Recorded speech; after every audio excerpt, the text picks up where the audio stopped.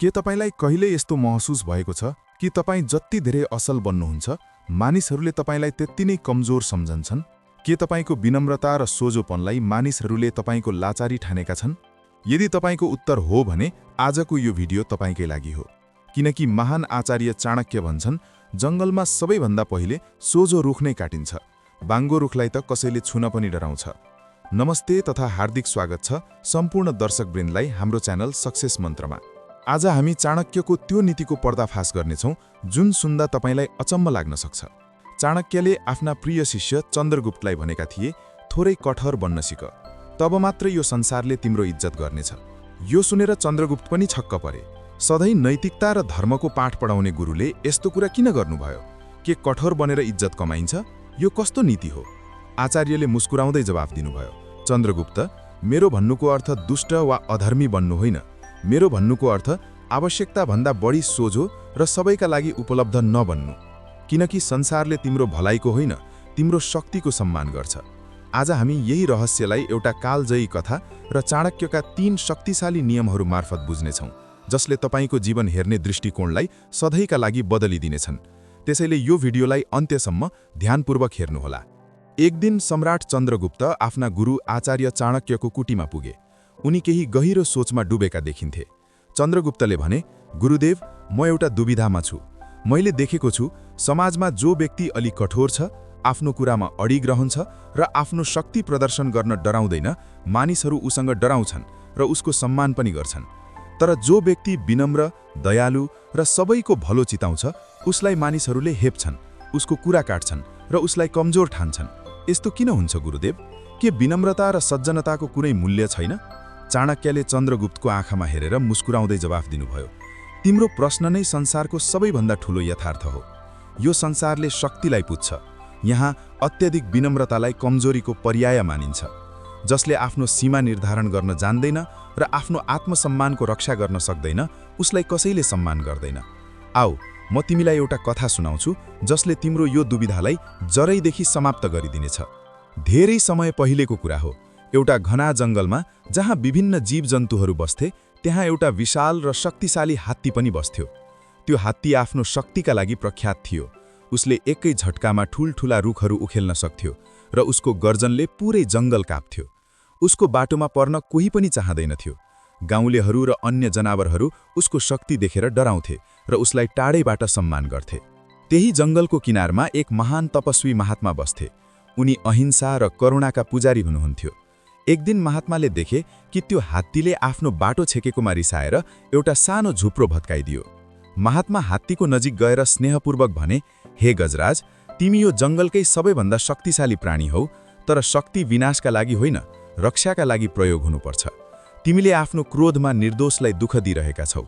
यो कर्मले तिमीलाई अशान्ति मात्र दिनेछ। महात्माको शान्त र दिव्य वाणीले हात्तीको मनमा गहिरो प्रभाव पार्यो। उसले आफ्नो गल्ती महसुस गर्यो।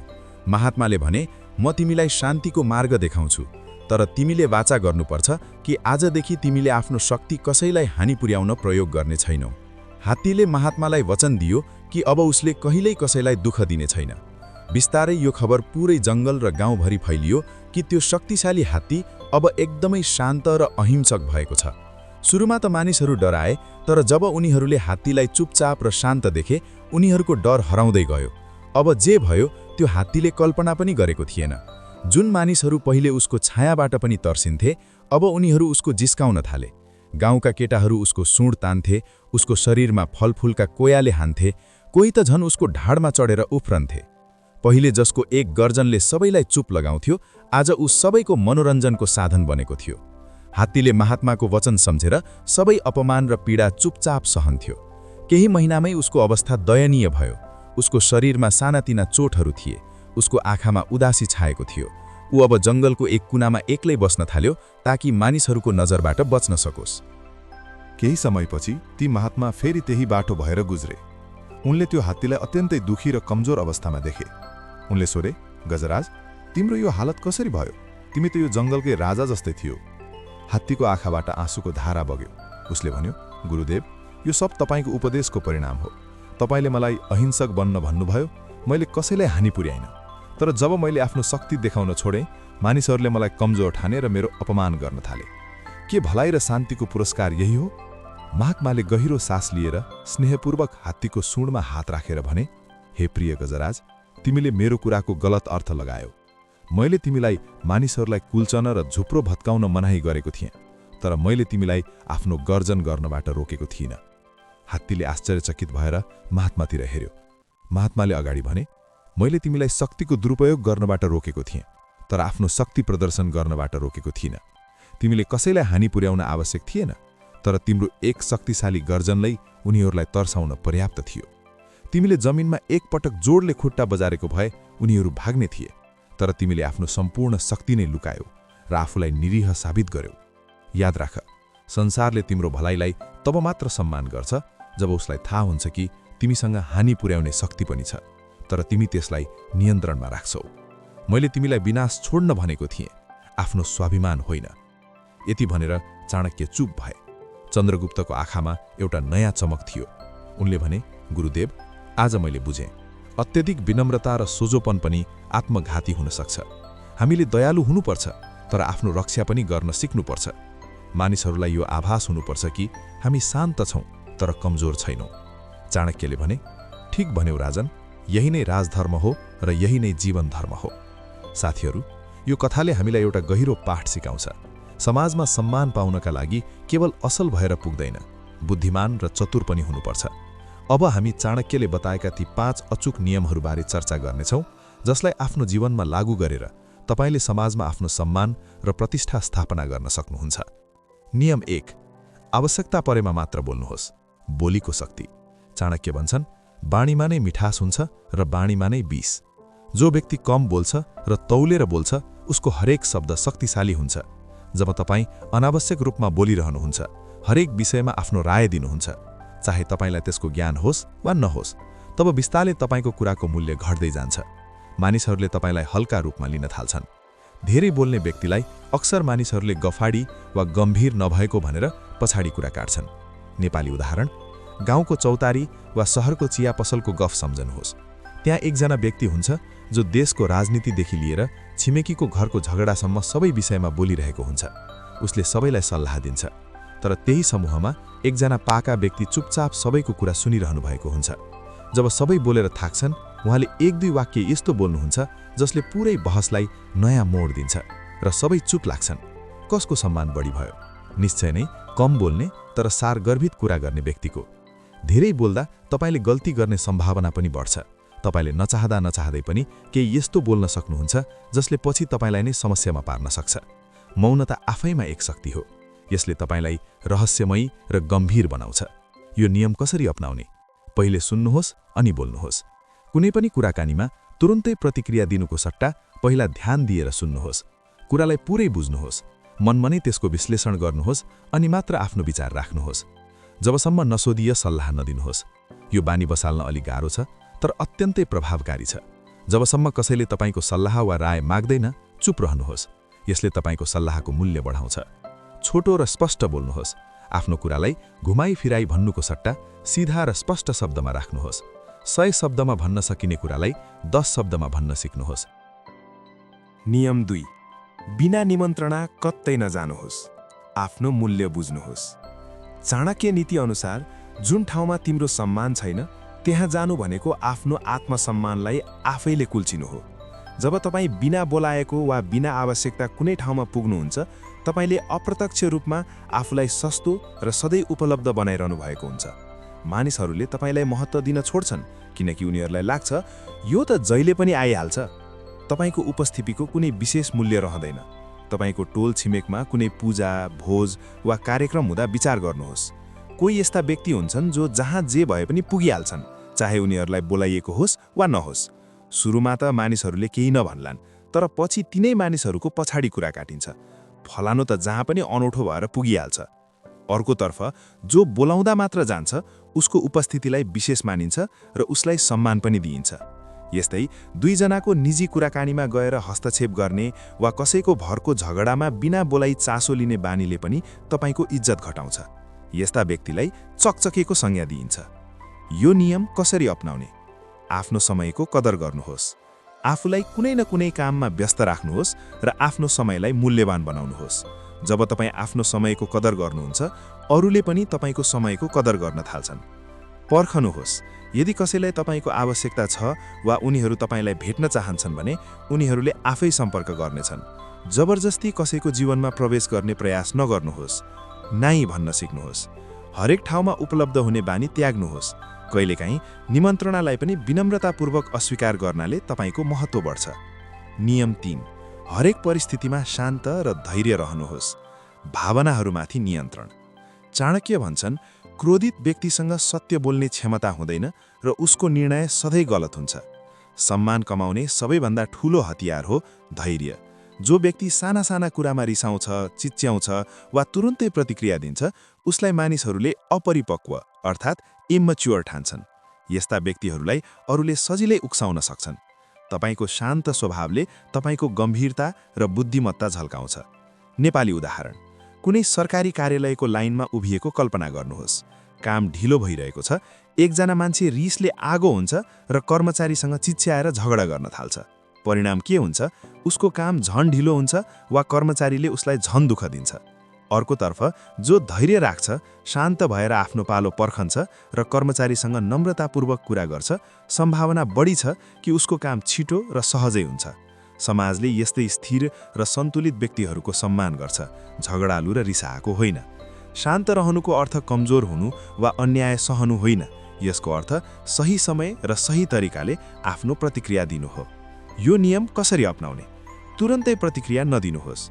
जब कुनै कुराले तपाईलाई रिस उठाउँछ, तुरन्तै जवाफ फर्काउनुको सट्टा 10 सेकेन्डका लागि रोकिनुहोस्। गहिरो सास लिनुहोस्।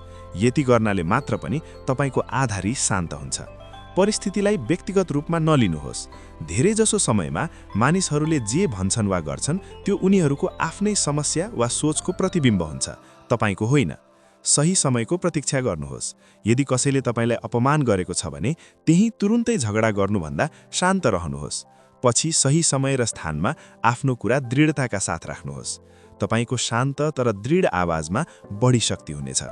नियम 4, आफ्नो योजना र रहस्य कसैलाई नभन्नुहोस्।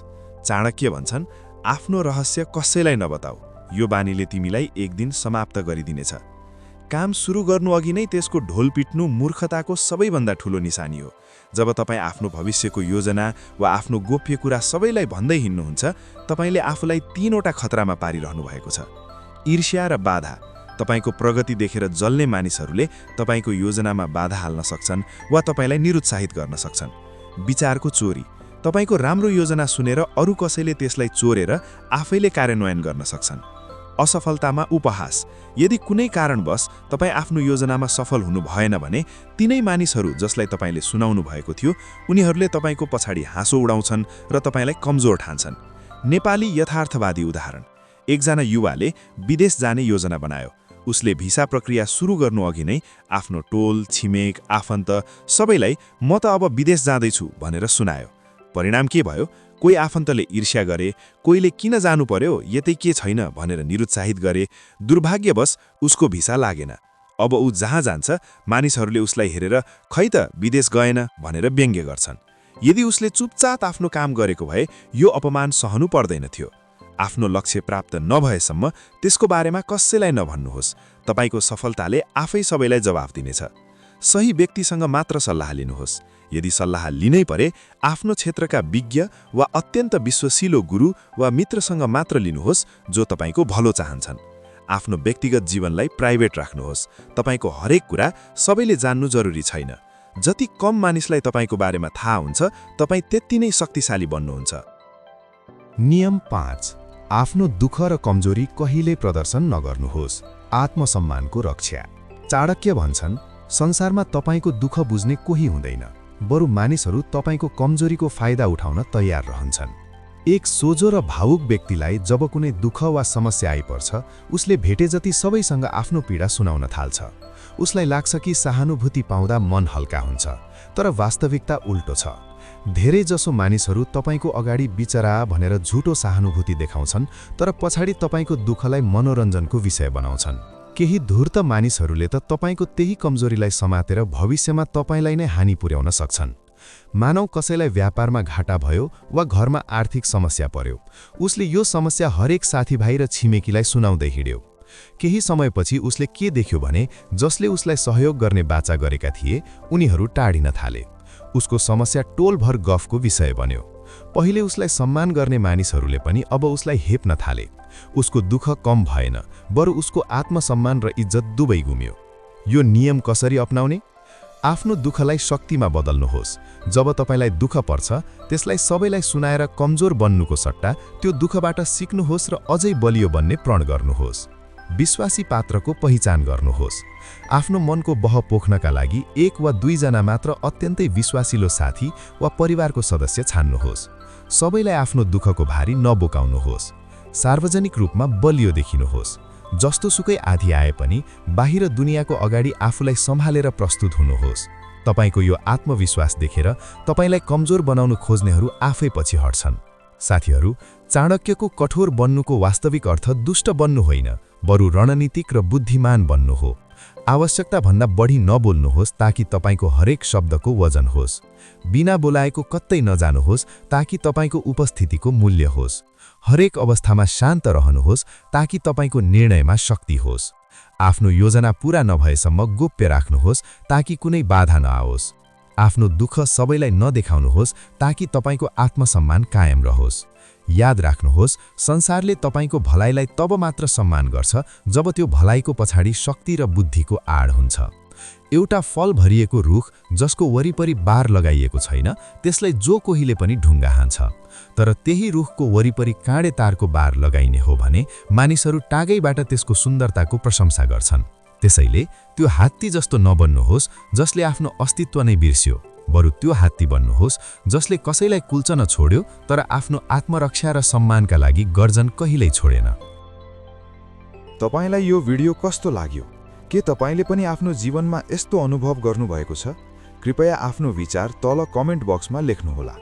यदि तपाईलाई चाणक्य नीतिका यस्तै जीवनोपयोगी कुराहरू मन पर्छन् भने हाम्रो च्यानल सक्सेस मन्त्रलाई सब्स्क्राइब गर्न नबिर्सनुहोला र यो भिडियोलाई लाइक तथा शेयर गरिदिनुहोला। आफ्नो र आफ्नो स्वाभिमानको सधैँ ख्याल राख्नुहोला। धन्यवाद।